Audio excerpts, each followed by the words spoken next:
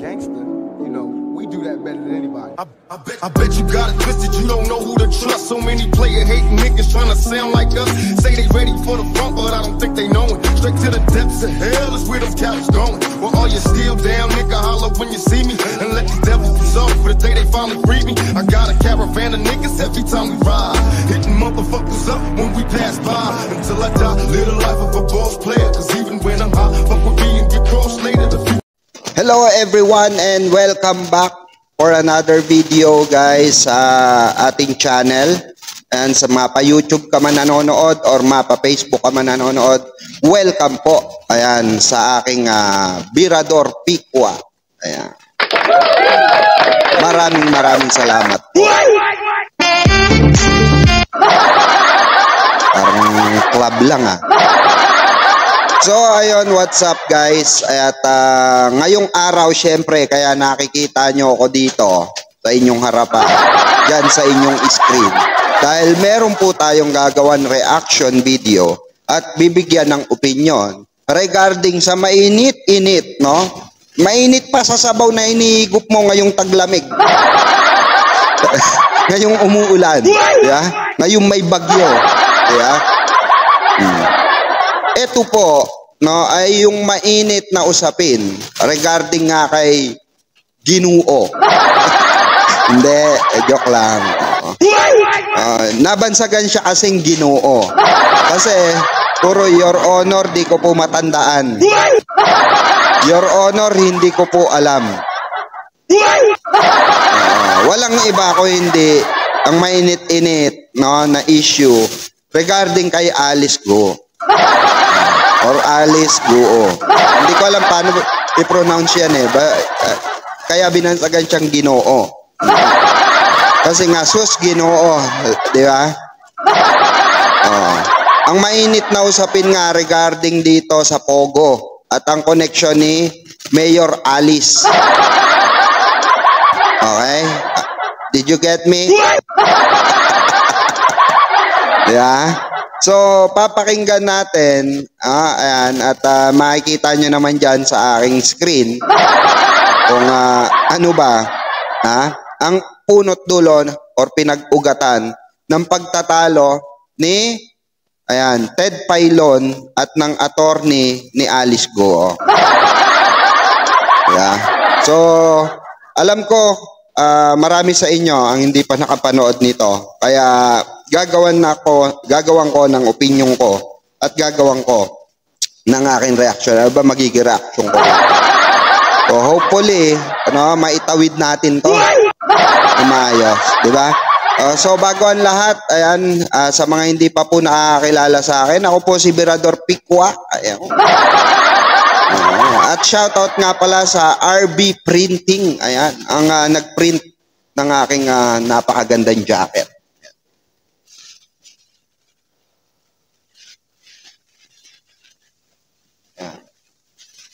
Ayan, ang Birador Pikwa. Birador Pikwa jacket. Ayan, shoutout muna tayo sa buong Team Birador worldwide supporters natin. Ayan. So sa lahat po ng bumubuo ng Team Birador magmula noon hanggang ngayon, mega love shoutout po sa inyo. And sa ating mga bagong viewers dyan, mega love shoutout. And of course, sa lahat po ng mga bagong subscriber natin, bagong followers natin sa Facebook, maraming salamat po. Palakpakan nyo po ang inyong mga sarili. Dahil, ayan, finally, ayan, followers ko na kayo. Nakapollow na kayo sa siraulong si Birador Pikwa. So, ayun, papakinggan na po natin ang mainit-init na talakayan, no, or debatihan regarding dito sa issue or sa kaso na kinakaharap ni Mayor, ayan, Mayor Alice Go. Ayan. Ang abogado po ni Mayor Alice Go ng Bambantarlac. Maganda umaga po, attorney. Magandang umaga, Boss Ted. Good morning po, attorney. Kasama ko po si Angela para po sa unang katanungan. Magandang umaga, Angela. Yes, attorney, good morning po. Thanks for joining us today. Tanungin ko po muna ang inyong reaksyon dito po sa sinabi ng PAGCOR tungkol po sa sinasabi nilang wala po silang responsibilidad, no, dito po sa issuing yung business permits. Ano po ang inyong reaksyon dito? Wala naman talaga sila pakialam sa pag-issue ng mayor's permit, di ba? Hindi naman trabaho ng PAGCOR yun. Kaya lang ang PAGCOR, ang mayor's permit, kung aaprubahan mo, kailangan may compliant ka, di ba? So dapat, isa yan sa mga requirements yung POGO license. So, kayo po ay naninindigan dun po sa inyong sinabi na dapat din po may pananagutan dito ang PAGCOR. Wala naman ako sinurinig na nagot ng PAGCOR. Tama naman yung tama naman yung pinupunto ng ito, no? Kasi parang pinupunto nitong attorney ni Mayor Alice, 'di ba? 'Di ba? Parang kasalanan din ng PAGCOR kung bakit sila bigyan lisensya. Tama ba? Dahil PAGCOR daw yung nagbigay ng lisensya. Ang sinasabi ko lang, nung nag-apply yung Zone UN Technologies. UN Technology. Compliant sila. Isa yan sa mga compliance doon, yung ng PAGCOR. So meaning to say, kasi nga yung POGO parang pasugalan ba yan? 'Di ba ni-raid nga yan ng mga pusang gala, prostitution ang nangyayari diyan. So ibig sabihin may anomalya ang PAGCOR, ganon? Alam ng PAGCOR ang ginagawa or operation ng POGO? Dito, kung i-analyze nating mabuti guys parang pinapalabas ng attorney na kasabwat nila ang PAGCOR. Diba? Parang kasabwat ng POGO ang PAGCOR dahil hindi naman mabibigyan daw ng lisensya ang POGO na mag-operate kung hindi alam ng PAGCOR. Diba? Hindi ko sinabi Okay. Alright, balikan ko lang po ito, attorney, no? Yung ilan po sa mga dokumentong iniuugnay kay Mayor Guo sa POGO, itong sinasabi nga nung pagkatapos silang ma-raid ay nakita nga itong electric bill at isang sasakyan na nakapangalan kay Mayor Alice Guo. Ano po ba ang natin dito, ang masasabi na yun nga po, yan po ang link nila kay Mayor Alice Guo dito sa POGO? Malabo yun. Kasi ang... Paano po malabo? Hindi. Malabo.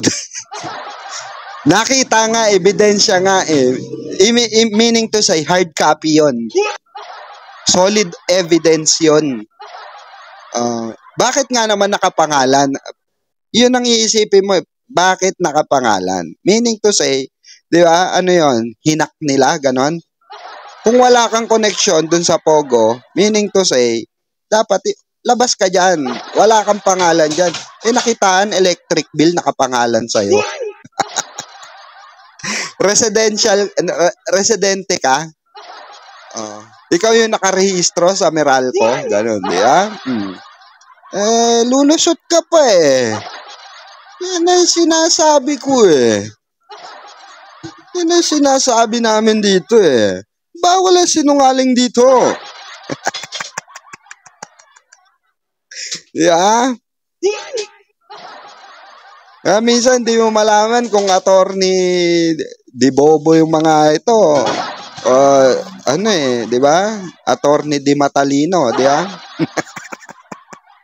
Kung yun lang ang link mo, hindi mo pwedeng conclude na ikaw may-ari ng POGO. Yung, paliwanagan natin. Yung lupa na yan, previously pag-aari yan ni Mayor Alice. Yes. Di ba? Ngayon, dumating ang mga investor niya, si ZG1, yung buwang Zja. Yung lupa, natural, nung mag-start sila mag-commence sila ng construction. And nag-apply sila ng electrical connection. Nakapangalan pa kay Mayor Alice yung lupa. So, yung ownership, so siya talaga ang ilalagay mo na applicant ng kuryente, electrical connection. Okay. Because of that, kaya lumalabas ngayon yung building na nakapangalan sa kanya doon sa lupa, sa mga construction na yan. Natawa ako doon. Paano? Ito kasi natalakay na to sa Blue Ribbon Committee sa Senado. Paano, no? paano mo lulusutan ito, attorney? Kahit nasabihin mo na yan ay ayan, lupa na yan noon, kamo ay pagmamay-ari noon sa'yo mismo nang galing, na yaang lupa noon ay nakapangalan. So, kanino na siya ngayon? Tama, mali? Kanino na siya ngayon? Sabi mo noon eh. Tapos dumalating yung mga investors na kulangot, di ba? From China. Tama? Yung mga investors na kulangot na walang ginawa o hindi gumawa ng katarantaduhan dito. Tama? Kasi katarantaduhan yung ginagawa ng Pogo eh, di ba? Tama? Yun yung sinasabi natin. Paano mo ilulusot, attorney, hindi ko alam kung saan kang eskwela nag-graduate, no? Pero attorney ka ng kasinungalingan dito. Yun yung nakikita ko, yun yung so far, no? Sa mga sinasabi mo, pilit mo nilulusot yung kasinungalingan, katarantaduhan na ginagawa nitong mga kunehong Chinese na to, di ba? Na nagpapadami ng lahi dito sa Pilipinas, di ba? Marami rin po akong kaibigan Chinese pero mababait yan. Yeah, shout out sa inyo.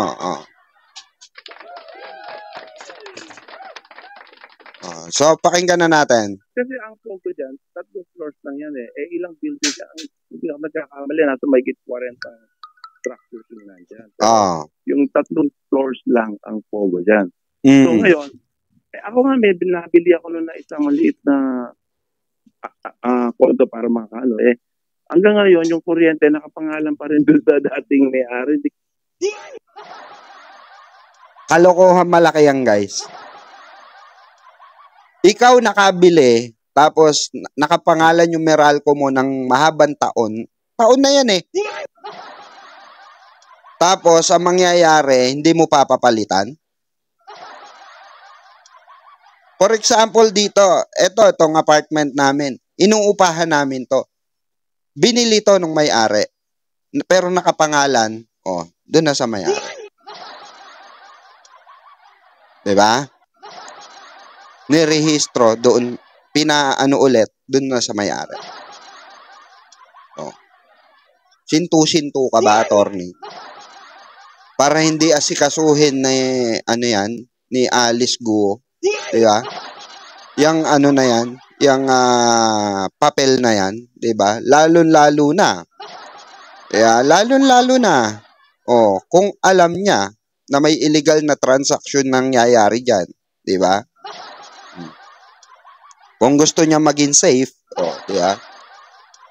Kung gusto niya maging safe, guys, di sana tinanggal na niya 'yan. 'Di ba? Pinapalitan na niya kasi baka madamay siya. Pero hindi. So sa makatuwid, sa kanya pa. Diba? Sa kanya pa. Po, pinapalipat pa rin. Opo, sige po. So attorney, that's that's well said sa part ho dito sa usapin po ng electric bill. Matanong ko lang po kayo diretsahan. Paano ho namin tatanggapin ang sinasabi po ninyo na ang inyong kliyente hindi nagsisinungaling sa dami ng kanyang inconsistency sa mga simpleng tanong sa kanya? Correct. Actually, Boss Ed, hindi naman inconsistency eh. Kasi at that time, first, remember kung saan nanggagaling si Mayor Alice. First time niyang humarap sa ganito ka-formal na investigasyon. So,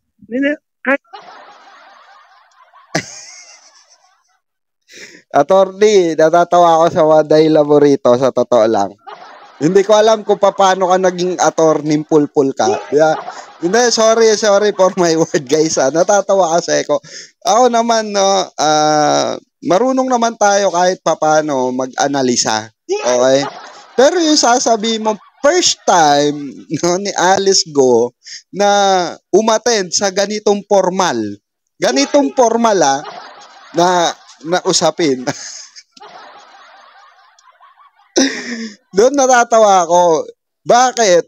Lahat ba ng inatinan ni Alice Go puro informal?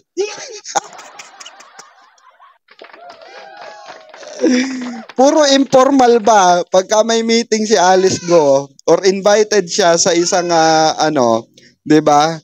Meeting. Informal ba 'yon? Informal ba? Hindi ba siya formal? So meaning to say guys, pag nag-meeting kayo, you have to make sure na if formal, okay? Or informal. Baka mamaya kasi informal, di ba? Yung mga madudungis ang itsura, wasak-wasak ang damit, nakasando, di ba? Yung mga kasama mo. Sa bagay, makikita nyo naman dyan, di ba? Well-dressed, di ba? Well-dressed. So, formal talaga pala, oo. May dress code sila, ika nga, oo. Siguro baka na-attenan, ang gusto sabihin ni attorney dito, kay Ted Pailon, yung ina-attenan ni Alice Go ay mga informal. Yung walang dress code, 'di ba? Yung kahit nakachaleko ka, okay na.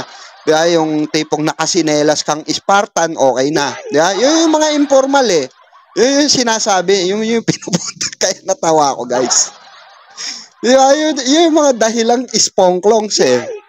Yung mga dahilan na hindi yung hindi mo mabibigyan ng hustisya. Buti nga hindi pilosopo to si Ted Pailon di ba? First, kasi sa kanya mismo kasi kung ako to, na in-interview ko si attorney, so meaning to say, first time niya po umattend ng formal.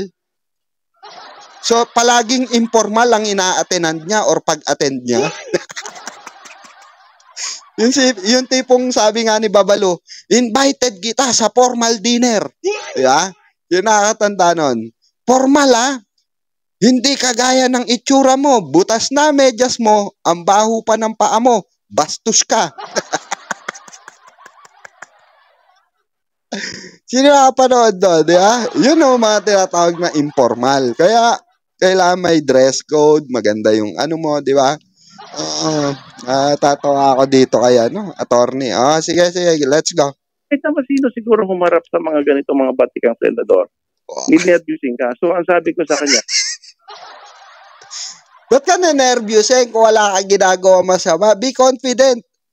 Tumakbo ka pa mayor. Tama ba ako, guys? Tatakbo ka sa politiko, bilang isang politiko, tatakbo ka sa pagka-mayor, di ba? Tapos, nginigtuhod ka. Manginginig ka. Nung nagpakilala ka nga sa sambayan ng Pilipino, hindi ka kinabahan. Imposible namang wala ka nakakaharap na mga senador. Wala ka nakakaharap na mga matataas na tao bilang isang mayor. Kalokohang malaki yan, di ba? Oo. Dapat yung palusot minsan natin, yung makatotohanan lang. Hindi yung puro, yung puro sablay, di ba? Yung, mga ngatwirang ka, kayang supalpalin, ganon.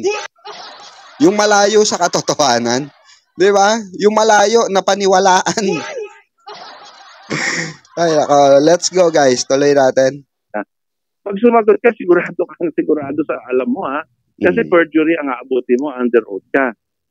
So, ang nangyayari sa kanya, pag hindi siya sure, isabi niya, babalikan ko po kayo, i-check ko po kayo. Kasi gusto niya, sigurado yung sagot niya. Attorney, wala tayong question sa nervyos, no? Sa pressure, tense ka, pero sa ating pong mga pangkaraniwang pong mga mamamayan, simple lang naman ang tanong At yung sagot, hindi mo na kinakailangan pag-isipan o balikan kung totoo yung sagot. Halimbawa. Correct, di ba? Tama to sinasabi ni Ted Pailon. Ito po, maganda itong si Nancy Gamo na ngayon po nagpapa-interview sa ilang mga media. Si Nancy Gamo ang lumakad sa mga papeles ng Pogo. Tao ito ni Mayor. Nung simpleng tanong lang sa kanya, ito ba'y kilala mo? Hindi ang kanyang sagot. Paano kami maniniwala ka, Mayor, doon? Ako rin naman nangyayari sa akin yan. Minsan kilala mo yung tao, matagal mo na kasama, isang taon mo hindi. Eto na naman tayo Ayokong tumawa guys. Kaya siguro uminit ang ulo ni Ted Pailon dito na bibitsin. Nakaka-relate ba kayo? Kahit sino naman tao siguro, iinit ang ulo sa ewan ko dito, tampalasan nato Ay, nako. Pakinggan natin. O minsan, alam mo, kilala mo yun, pero minsan, sino ba yung tao na yan, tsaka yung pangalan na yun? Iko-connect mo muna, matagal pa. Minsan, kinukumusta ka ni ganito. Sasabihin ko, teka, sino ba yun? Pero kilala mo yun, nakakaya naman sabihin, hindi mo kilala. Ayaw ko pakiregards na lang. Minsan nangyayari sa atin. Siguro po, attorney, nangyayari sa atin yan minsan, yung mga acquaintance mo noon, kinukumusta ka, hindi mo pero yung mismong tao mo. Correct. Tao mo. Tapos sasabihin mo, hindi mo kilala. Doon pala nagsisinungaling ka na. Ano yon? Ghost employee mo? Ano yon? Basta na lang pinasok. Tapos, hindi mo alam na pinasok. Ganon. So, meaning to say, pwede kang pasukin ng magnanakaw sa, mismong opisina mo. Dahil hindi mo alam kung sino yung mga taong pumapasok sa munisipyo mo. Wala kang track record, ganon? Tumalakad sa mga papeles ng Pogo, alam nga naman di mo maalala, attorney. Kaya nga, di ba? Siya pa mismo yung nag-aayos, ha? Nung naalala naman niya, sinabi naman niya. Kinorek na. Opo, okay, sige. Itong kanyang, nung una po, siya lang mag-isa ang anak. Opo, at siya po na nga ay anak daw po sa, alam nyo na. Oo, pero lumabas naman po pala, may mga kapatid daw ho naman siya na hindi naman daw niya kilala. So, yun ho mga ganong bagay. Dahil din po sa nervyos, dahil din po sa, dahil daw po sa nakalimutan niya, paano namin tatanggapin niya? Hindi sinabing nakalimutan niya, hindi sinabing, ganito yan, kasi nandun naman ako sa buong session na yon. Nung tinanong siya ni Senator Risa, yung isa, yung lalaki, si Men sinabi niya kapatid niya, half-brother. Half-brother sa tatay. Yung isa, kilala niya, pero hindi niya alam kung kapatid niya o kasi ang tatay niya, maraming babae. Maraming babae. May mga anak pa sa China. May kinakasama siya. At saka hindi naman niya talaga nakasama yung tatay niya. So, hindi niya kilala talaga kung kapatid niya. Although, may idea siya na kapatid niya yan. Pero, to be sure, sabi ko nga, siguraduhin may mga sagot mo. Kasi under oath ka. Kaya ang sabi niya, i-verify niya sa tatay niya. Hindi niya sinabi, i-verify pa niya sa tatay. Kaya during the next hearing, sinabi niya. Kayo guys naniniwala kayo. Ganito ito May mga bagay na gusto mong malaman pero, 'di ba? Nahihiya ka. Totoo naman 'yon, 'di ba? Pero, yun sa ganitong scenario, when it comes to family, okay? I'm sure na itatanong nyo sa inyong nanay, sa inyong tatay, ampon lang ba ako? Pagduda ka, di ba? Tama, mali. Natatanong mo, may kapatid pa po ba akong iba? Tama, mali. Pagduda ka. Tapos, ako tulad ko, okay, illegitimate ako. Yung tatay ko, babaero, ganun. Tapos maraming anak sa iba't ibang babae.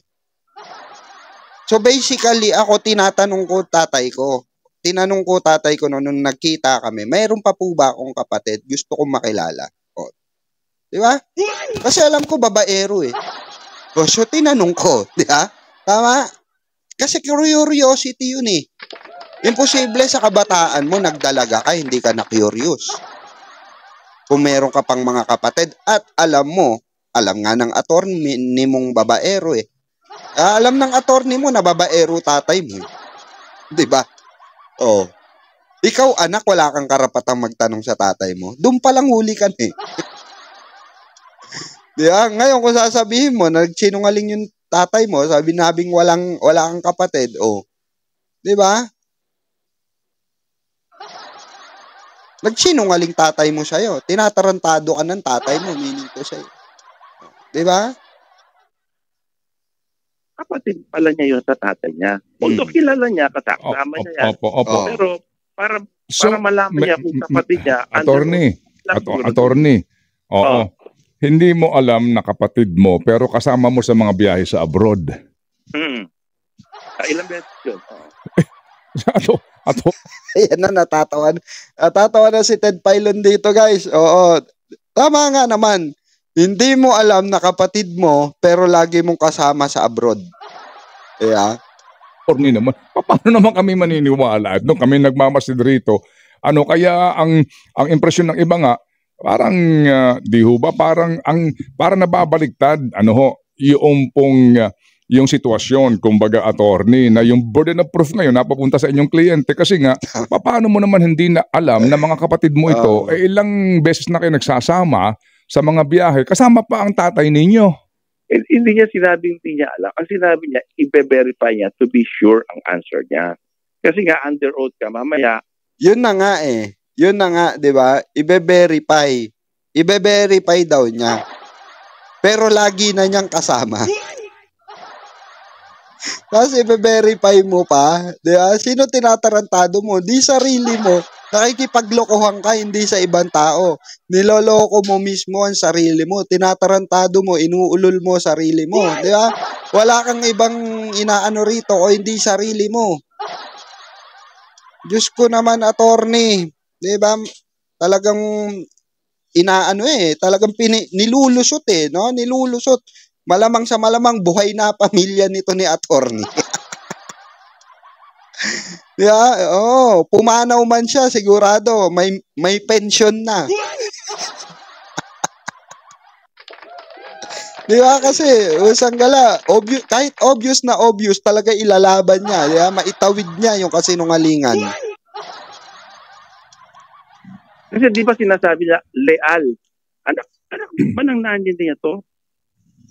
Paano niya malalaman? Hindi naman yung anak ng nanay niya yun. Kasi gano'n ang dun eh. Pero, nung nalaman niya, anak lang ng tatay niya yun. Ang tanong kasi, anak din, dalawa silang anak ng nanay at tatay. Alam niya, buong buhay niya, mag-isa siyang anak ng nanay niya. Kaya, yung sinasabi nila kasi, ito, anak din ng nanay mo at ng tatay mo, hindi totoo yun. So, hindi niya alam yun na kung gano'n. So, tinanong muna niya yung dad niya. Hindi yung... Bong, mag-grocery May pads pa. ka na. Pag naubusan ka ng sariwa, sinasabi ko sa'yo. Yes, ma. Kung talagang anak din ng nanay niya yun, hindi nga ganun yun eh. So, ang tanong kasi is, take into concept yung tanong. Ang tanong is, anak ng nanay at kasi leal nga ang nilagay nung tatay niya doon. Pero, attorney, di ho ba't may birth certificate na ilabas, no? Sila Senador Risa. Di ba? Opo, yeah. At yung birth certificate nga na ito, pareho po yung middle name, pareho po yung last name, no? Correct. Attorney naman, pinakita yun. Sabi mo, nandun ka sa hearing, nakita mo. Solid evidence yun. Tapos, sasabihin ni Alice Guo na tatanungin ko pa po, ikla-clarify ko pa po. Nandun na nga yung birth certificate, nakuha na eh. Di ba? Nanay at tatay mo, anak nila yun. Tapos ikaw hindi mo alam na kapatid mo. Di ba? Kaya illegitimate yan. Kaya kapatid mo sa tatay yan, or kapatid mo sa nanay yan, kapatid mo pa rin yun. Kapatid mo pa rin yun. Di ba? May nalalaman pa kayong half. Di ba? Kapatid is kapatid. Ay, nako. So, meaning to say, pagka, anak ka, di ba? Kunwari, half-sister ka. Ngayon, may lola ka. Okay? Yung lola mo, sa nanay, ano tawag mo? Lola o half-lola? Tapos, yung sa kabilang side, sa tatay mo, may lola ka rin. Anong tawag mo? Lola o half-lola? Kasi kalahati lang di ba? Kalahati lang yung dugo mo dun eh. So, half lola, ganon. Half tiyo, ganon. Half tito, half tita, ganon ba? So, kaya wag po kayong gagamit ng mga ganyang katawagan. Kabubuhan po yan. Kahit na sabihin mong kalahating dugo lang ang nananalaytay sa inyo, kapatid mo pa rin yan. Tandaan nyo yan. Walang hindi kapatid. Okay? Kapatid. Kaya nga kapatid. Kapatid sabihin. Kapatid mo saan? Kapatid ko po sa ama. Sa lola mo saan? Lola ko po sa ina. Lolo mo saan? Lolo ko po sa ama. In English, pagka may sasabihin sila, ano mo siya? Kapatid mo ba siya? Half brother po. Half sister po. Ano mo siya? Half lola po. Sino tong grandma mo? Half lola ko po. Half lola ko po sa tatay. Ito, si tiya aming mo. Hapchahin ko po. Ganun ba yan? Ganun kasi yung pinapalusot mo dito, attorney. Kaya hindi sure si Alice Guo. Yeah. Tuloy natin. Opo. And then, ito ho'y nagpapatunay nga itong mga birth certificate na ito na iisa ang kanilang mga magulang. Correct. Ito, kasi kayo ba ho, inyo bang tinatanggap ito na authentic po ito na mga iniharap po ng komite? Ang alam ko, authentic yung birth certificate niya. Pero kung sino man ang informant doon, dapat yun ang tanungin. Bakit yun ang nilalagay? Bakit yun ay nako, attorney. Hindi ko alam kung tutuwa ako sa iyo, parang nainit na rin ang ulo ko sa iyo. Parang pati ata yung informante gusto na nilang idamay. Parang yung gumawa ata ng birth certificate, nag-submit ng birth certificate, gusto na nilang idamay dito ni attorney. Yeah? Bakit ang nilagay niya na gano'n? Opo. Hindi yung nasasagot ni Mayor Alice. Kasi hindi siya party really doon sa birth certificate na yun. Hindi po. Hindi daw party or hindi raw parte si Alice Guo dun sa birth certificate ng kapatid niya. Okay? Totoo naman, hindi naman talaga parte. Totoo na, alam nga na makipag-participate nga naman siya ron. Yun nga yung pinapasagot kay Alice Guo. Diba? Imposible naman guys, kayo hindi nyo alam na may birth certificate ang kapatid nyo. Ang nanay nyo. Ang tatay nyo. Imposible naman na hindi mo naman inuusisa. Di ba nakakabwisit eh. Oo, ewan ko ba. Basta ayoko muna mag-react guys kasi high blood ako eh. Baka kung ano lang makasabi ko dito sa... Ay, naku po, patawarin. Tuloy tayo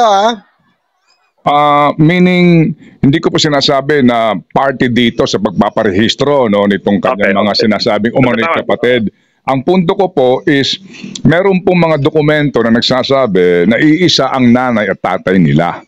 Alright? Ngayon, sinasabi po ninyo, nagsasama sila sa mga biyahe sa abroad, kasama po itong kanilang tatay at ito pong isa pang Chinese woman, nang binabanggit ninyo na nung tinatanong siya, ito ba'y mga kapatid mo, i-verify ko pa sa kanila kung kapatid ko sila. Parang ang hirap po yatang paniwalaan ng inyong depensa, attorney. Correct. Diba?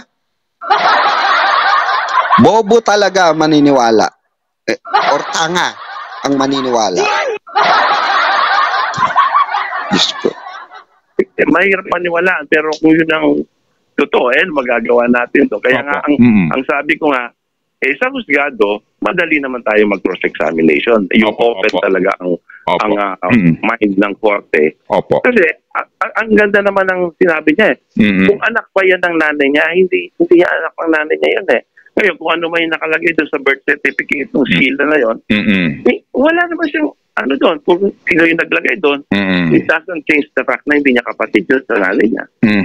Opo. Sige, so sa ngayon po, itong kinakaharap ni Mayor na napakaraming katanungan at kontrobersya, willing ba siya na, bagamat desisyon ito nung tatay niya, pero siya ho ba ay gumagawa ng kaparaanan para kumbinsihin yung tatay niyang humarap na po sa pagdinig?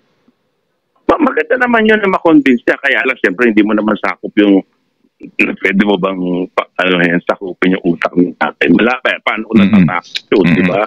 Paano ko natatakot yung tatay niya? Pero may ginagawa ho bang inyong kliyente na pakikipag-unayan? Dahil dito po, ang makapagliligtas sa kanya, dito po sa mga katanungan at tinasadlakan niya na sitwasyon, ay ang kanyang hinahanap na ina, na hindi pa lumalantad umano. Kung Chinese man to, hindi na mahirap naman patunayan Chinese. Wala naman Chinese passport, wala Chinese visa. Yan po, attorney, ay kung totoong meron pong Amelia Leal. Oo.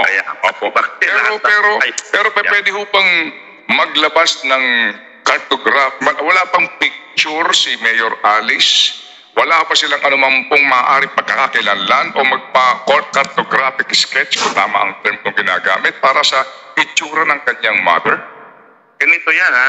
Nung nabuntis siya kasambahay, natural nagalit yung partner ng tatay niya. Eto guys obvious na obvious po, no? Na pinapalusutan na lang ni Ator. Diba? Kung katin mo, mas may alam pa siya sa buhay ng tatay ni Mayor Alice, diba? Buti pa si attorney, alam yung buhay ng tatay ni Alice, no? May kasama yung partner niya, may kinakasama sila doon, although hindi kasal. Pero para mag-asawa na sila. Natural, magagalit ka. Alam mo naman, nakabuntis yung asawa niya.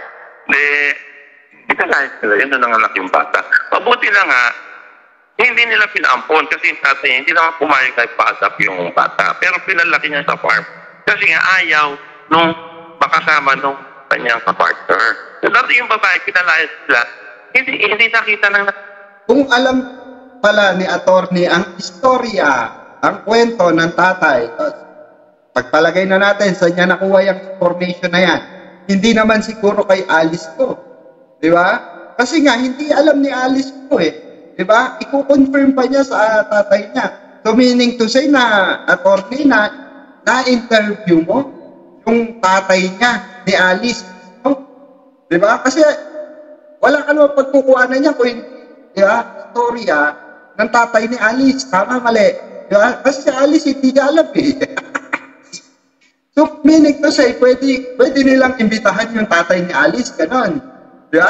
Kasi ikaw nga na-interview mo Nakukuha mo yung side ng orphanage ng tatay ni Alice ko Diba? So, meaning to say, pwede rin interviewin, pwede rin imbitahan ng Senado. Itong tatay ni Alice, tama ba ako guys? Diba?